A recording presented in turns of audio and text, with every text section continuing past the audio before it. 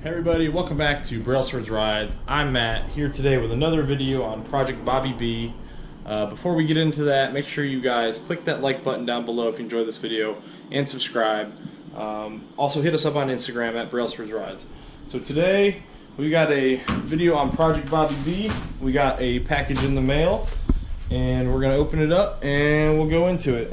So if you saw my last video, we had some good news. We were able to get Bobby B running up again. You know, we changed out the floats, changed out the excuse me, the floats, the needles, and the float needle, and the car was running great. I took it out for a tear with Brutus over there. We went for a nice little spin. It was a brake test, and the car ran amazing until it didn't.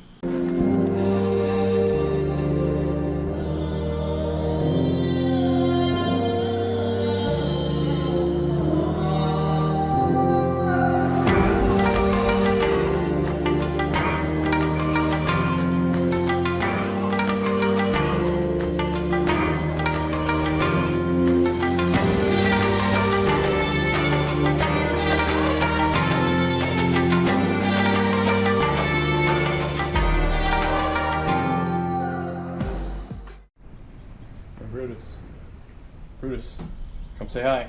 Come here. Come say hi. Man, he's too busy protecting. Alright guys, so before we talk about the state of the car currently, let's go ahead and open our mail. Alright, so got a package in from Moss Motors. We've got a choke cable, because the choke cable I got when I came with the car, it was already pulled all the way out, and I could find no way of putting it back in possibly. It was outside of its little runner here, so we got a new one. Still kind of useless, I'll explain that in a minute. We got another float for the front carburetor, SU, and you might be saying, oh Matt, didn't you already install a brand new float in both carbs? The answer is, yes, I sure did, but I mangled it and it was damaged, and I made it work anyway, and I think it's come to bite me in the butt. So yeah, we'll talk about that here in a second. Less than ideal circumstances here. Oh man, I can't wait to talk about it, gosh. Alright, let's see what else we got. Got a pedal return spring. Why would we need a pedal return spring? We'll talk about that in a minute. And we have a fuel pressure gauge. Also, we'll address this. Where to start, guys? So first, we're going to talk about the part that I didn't need, but I do need. So my choke, when I got the car, the choke cable had been like yanked all the way out of the dash almost. So this little line that runs the cable was in my car. However, there was no actual cable inside of it because it had been pulled all the way out. Does that make sense? It was not attached to anything.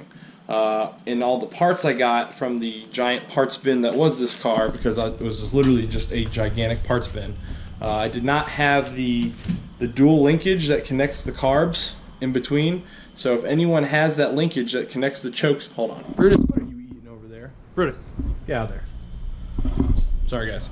So if anyone has the SU linkage that connects the chokes that allows them to choke the engine in unison, please reach out to me. I'm in desperate need looking for one.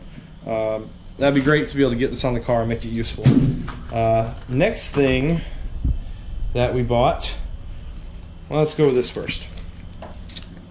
A clutch pedal spring, return spring. So, you guys know I got the car running. It was running great. Brutus is making noise. Give me a second. Hey. So, you guys know I got the floats in the car, the new float needles, and I got the car running great. I took it out for a tear. I wish I had made some video on it, but I just took it for a test ride with Brutus in the car. Man, I tell you what, I was driving it the way it was meant to be driven, like a sports car, revving it up to about 4,500 RPM, shifting gears. I mean, I was shifting where I felt like I should have, and it was fun. Like, the car felt great, felt good, and, you know, that's what I did. I took it out, banged on it, and no problems. I literally was trying to brake the car. I drove it around for probably about an hour trying to brake it. No such luck. Came out great. I was super stoked, went to bed that night. Next morning, my wife was having, I didn't know this was a thing, by the way, if you did, a baby sprinkle. So I guess a baby sprinkle her friends were throwing it for is when you have more than one kid or another kid, and it's not, the first one's a baby shower, anything after that is a baby sprinkle. So we were having a baby sprinkle, had to clean out the front yard, so I was throwing out some oil containers from the front, taking it to Advanced Auto Parts. Sorry, mundane part, don't need to know. Put it all in the car, I'm like, oh, I'm gonna take the MGB, it's a gorgeous day out. And I start driving, and all of a sudden I hear, flabam! Gigantic explosion from under the dash. I'm talking like it sounded like a firecracker was lit off under there. I felt some pieces of metal hit my foot and I hit my leg, and I was like, what the heck was that? Well, I started losing pedal in the clutch, feel in the clutch, and I'm like, oh crap, I need to like make sure I'm in a gear so I can get home. And so I made sure the car was in third gear when I parked, emptied the oil, and first I parked, looked underneath, saw that the clutch pedal spring, just probably the original, exploded, it failed, and so I'm like, oh, okay, no big deal. So I'm like, I'm gonna go inside, get a universal spring, put it in there, and I got a universal throttle return spring because that's all they had. Put it on the car to help it return out. Got to get home. Great, no problem. Easy order.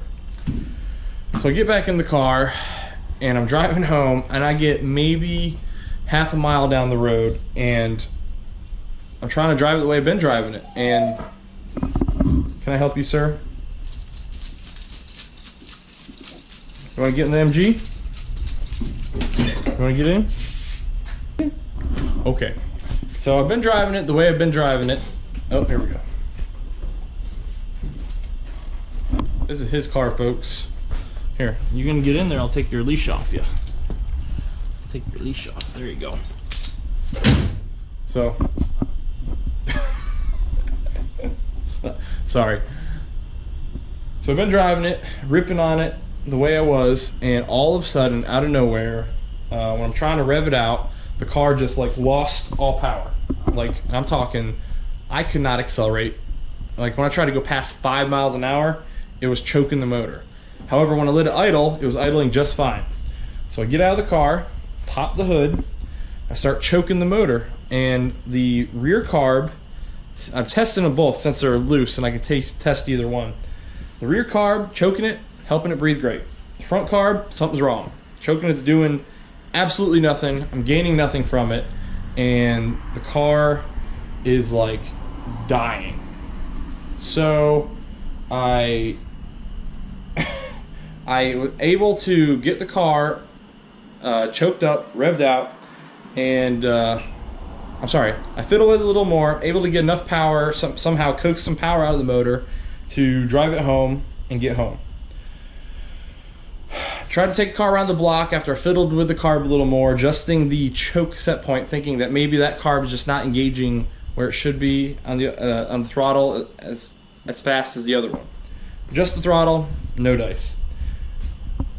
What I think is happening is the same issue I had at like when I took the carbs off a total of 6 times, and 6 times too many, or 5 times too many.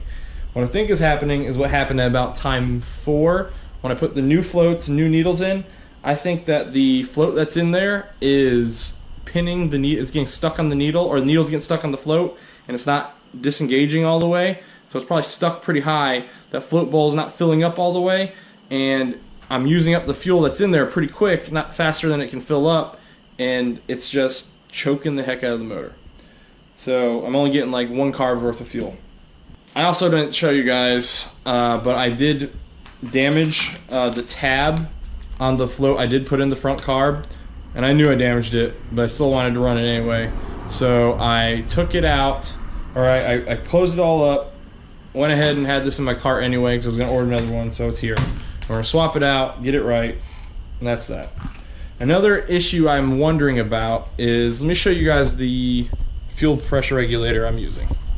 So this is a Storm Car fuel pressure regulator off of Amazon. This is the second one, a spare one, which I'm actually returning because this one looks like it's been used. I swear to God. Like there's marks all over it, scuffs, and I haven't even used this. So this one's going back. But I'm using these fuel pressure regulators because, as you guys know, I put an inline fuel pump in.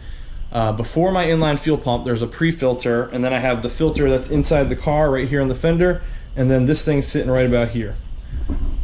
this thing has pressure set. I think my fuel pump's rated for, I want to say 5 or 6, I think it's 6 psi, and I needed to choke it down because I was gonna, with my old carbs before I replaced the floats, I was flooding them like crazy. So I got this thing. To be able to set the appropriate fuel pressure. However, it's a mechanical dial, and I can't trust that. So in order to alleviate that, I'm gonna also throw into the system a fuel pressure gauge because I think it's kind of cool to have. I'm gonna have it right here.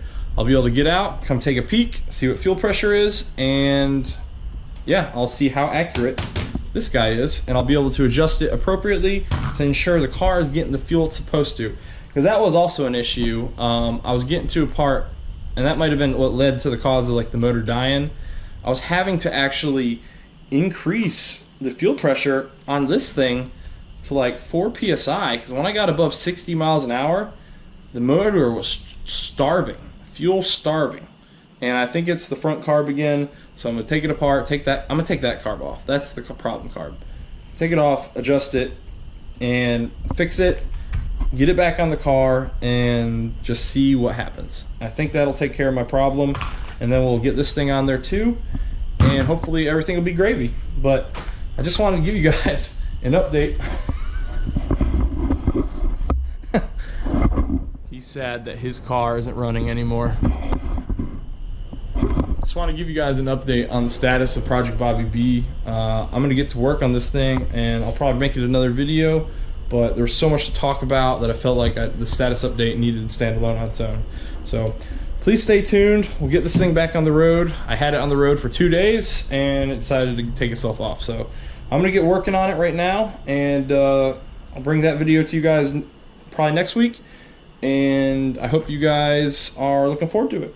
And I know he's looking forward to some more rides, and I can't wait.